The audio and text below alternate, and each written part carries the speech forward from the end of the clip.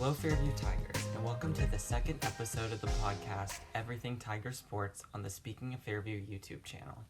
I'm your host, Corey McCall, and today I will be reviewing the past week of winter sports, previewing next week's games and meets, and then also highlighting one of the fall sports teams, which this week I'll be recapping the girls volleyball team's season.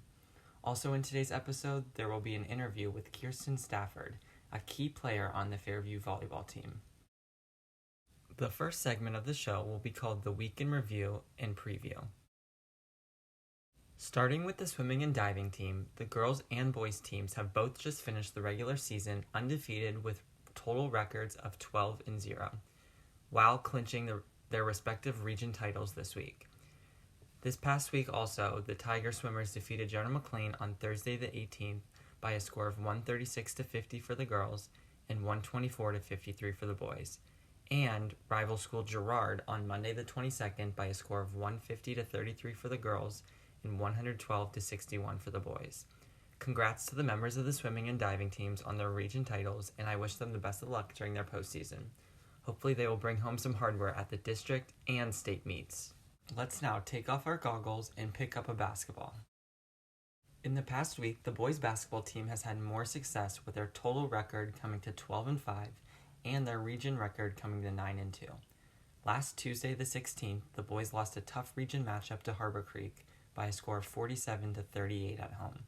After the loss, they then bounced back to get 3 more wins, with one being a region win at Fort LaBeouf on Friday the 19th, a non-region win against Erie First Christian on Saturday the 20th, and also a region win against Conneaut on Tuesday the 23rd. On Friday's win, the Tigers availed the Bison by a score of 62-45, where junior James Sitter finished with 23 points, while junior Logan Frizeo added 12. The next day, on Saturday, Fairview defeated Erie First Christian by a score of 77-35 in a nice team win, where Logan Frizeo finished with 21 points, while junior Tyler Schultz had 12 points. In this win, 12 Fairview players made it onto the scoreboard. On Tuesday the 23rd, the boys outscored Conneaut by a score of 62-26, where Sitter had 16 points, while Schultz and sophomore Jeremy Frizeo each had 9.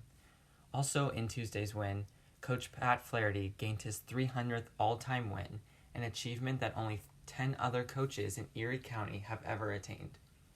Looking ahead to this upcoming week, the boys have a busy schedule ahead as they play Corey in a region matchup on Wednesday the 24th, Meadville on Thursday the 25th, travel to Titusville on Saturday the 27th, and then finish the season against Oil City on Tuesday the 2nd. Congrats to Coach Flaherty on his 300th win, and good luck to the boys team during this week as they complete their regular season. In a similar manner to the boys team, the girls basketball team has also had more success with their regular season so far, as their record is now 16-2 with only one region loss for a region record of 12-1. Just this past week, the Lady Tigers defeated Conneaut, Ohio in an away region game by a score of 60-21, where sophomore Hope Garrity had 17 points, while senior Sammy Momeyer added 10 points. The ladies then availed Iroquois on Thursday the 18th for a senior night region matchup by a score of 50-14, where Garrity led the team with 9 points, while all 6 seniors scored. Momeyer had 7 points, Jada McBride had 6 points, my sister Abby McCall had 5 points, Jenna Hannes had 4 points, and both Izzy Germain and Grace Plotz finished with 2 points each. Congrats to all the seniors on a great basketball career and season so far. Then, on Monday the 22nd, the ladies picked up another region win versus Northwestern by a score of 50-9, where Garrity led the team with 15 points, while McCall had 9. The following day, the ladies headed down to Meadville, where they defeated the Bulldogs by a score of 60-12, behind 12 points from Garrity, 11 points from junior Caroline Zentis, and 10 points from sophomore Sarah Januso. To finish out the regular season, the girls have a big game coming up against rival Mercyhurst on Saturday the 27th. After only losing to the Lakers at home by 3 points thanks to a last-second basket last week, the Tigers will be seeking revenge in order to share part of the region title with the Lakers. I wish them the best of luck as they wrap up their regular season and prepare for the playoffs. It is now time for a segment called Fall Back On, where I will highlight one of the fall sports teams. Today, I'll be recapping the girls' volleyball team season and interviewing senior middle hitter Kiersten Stafford. This past season, the girls have much success with not only a record of 10-7 and an undefeated region record, but also a region champion title, which is the first in school history. After making it to the district semifinals, the ladies fell to Corey in 4 sets, where their season ended. Additionally, 7 players were named to the all-region team. Senior Chloe McManus was named as a first-team all-region outside hitter. Junior Jen Hunter was named as a first-team all-region setter. Senior Jenner Hannes was named as a first-team all-region libero. Senior Morgan Doherty was named as a first-team all-region middle hitter. Senior Sammy Momeyer was named as a second-team all-region right side hitter. Junior Grace Barman was named as a second-team all-region defensive specialist. And senior Kiersten Stafford was named as a first-team all-region middle hitter, the region co-player of the year, and a first-team all-district 10 all-star. Here's my conversation with Stafford about this volleyball season. First, I would like to congratulate you on being named as a first-team all-region middle hitter, the region co-player of the year, and a first-team all-district 10 all-star. All 3 are amazing accomplishments that you should be very proud of. And so my first question for you is, how has this year's volleyball team been different or similar from years past with regard to like team chemistry or skills? Just kind of talk a little about that. I feel like we've always had really good team chemistry. I can only speak for myself, but I've never really had any issues with any of my teammates. We've always gotten along really well and just had a great atmosphere in the gym. I feel like we're definitely a very laid-back team, which makes it easy for us to just have fun at practice and, you know, focus on getting better and not really tearing each other down. There's not really a whole lot of competitiveness with us. So I feel like that's just always been a consistent part of our culture as a volleyball team. And we've always just been dedicated to just keeping that culture alive so that everyone feels welcome and everyone is able to work on getting better. Skill-wise, I feel like we've always also been consistent with that. We have good coaches. We have good leadership. Like the past 2 years, we've always had a lot of seniors who are able to help younger players. So I feel like that's always been part of who we are as a team. Yeah, those are some good qualities for a team to have. And so can you explain a little about how this past volleyball season has been different from years past? Like basically, how did the pandemic affect your volleyball team, if at all?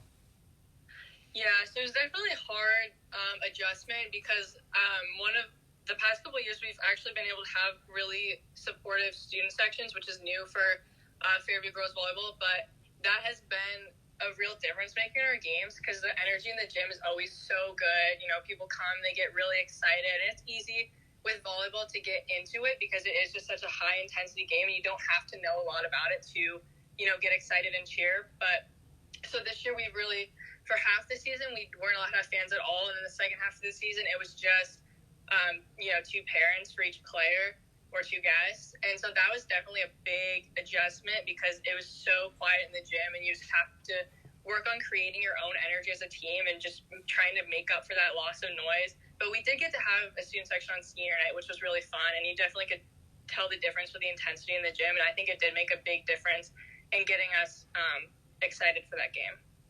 Yeah, I actually went to the senior night game. That was against Girard, right? And wasn't that when you won, like, the region title? Yep. Yeah, that game was awesome. Yeah. So, another question I have is, what has been your favorite memory from your whole Fairview volleyball career? I think I have 2. I think my first one is last season when I was a junior.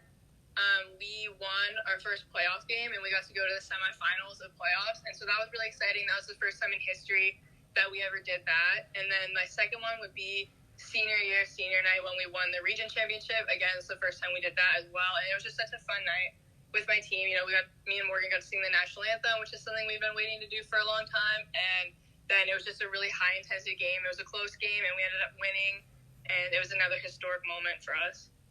So yeah, kind of going off of like you and Morgan Doherty singing the national anthem on senior night, can you tell me a little bit about that experience and like what made you decide to do that?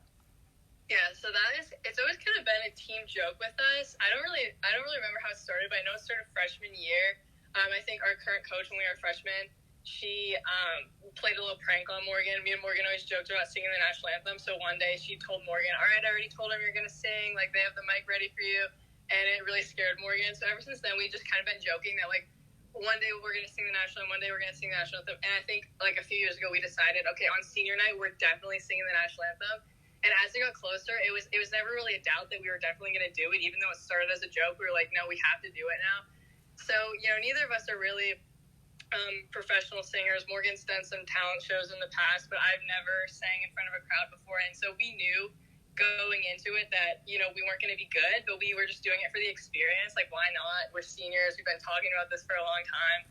So it was definitely scary. I was a lot more scared than Morgan because she was like, it's fine. No one has any high expectations for us. But I was really nervous, but it ended up being okay. Yeah, that was awesome. I remember you guys doing it. That was on senior night. That was awesome. And so one last question I have for you is, I know playing a sport can be like super time consuming, leaving little time for schoolwork. So what words of advice would you give to like a new member on the volleyball team in order for them to excel both academically and with sports? Yeah, it's definitely all about time management. You have to just know, how much available time you have that night, whether it's like on practice nights, you're going to have more available time, whereas on game nights, it's going to take up a lot more time. So I just think it's important to just keep a planner, stay on track of everything that you need to do, plan out your night, like what you're going to do after school, what you're going to do, like when you have practice, and then what you're going to do after, and then just stay focused. And I think it's definitely manageable. It can be overwhelming at first, but it's really very manageable, and I think when you're in season, it's just the best time of year, most productive time of year. It's just so fun, so just enjoy it, I guess. Yeah, those are awesome words of advice. And so this concludes the interview. Thank you so much for your time today, and once again, congrats on your volleyball season and all the recognition that you got for this volleyball season. Thank you for having me. Once again, congratulations to the girls volleyball team on an outstanding season, and to all the players recognized for their hard work and skill. This is now the end of the show, so to wrap up, I would like to wish the winter sports teams continued success throughout this whole week. For game times and highlights, and details about how to stream games and meets, please check the Fairview Tiger Athletics account on Twitter with the handle @Fairview_Tigers. Finally, I would like to give a big thank you to several people and apps that have helped make this podcast possible, especially my honors public speaking teacher, Mrs. Stevens, and my principals, Dr. Lane and Mr. Bell, for giving me this opportunity to make this type of project.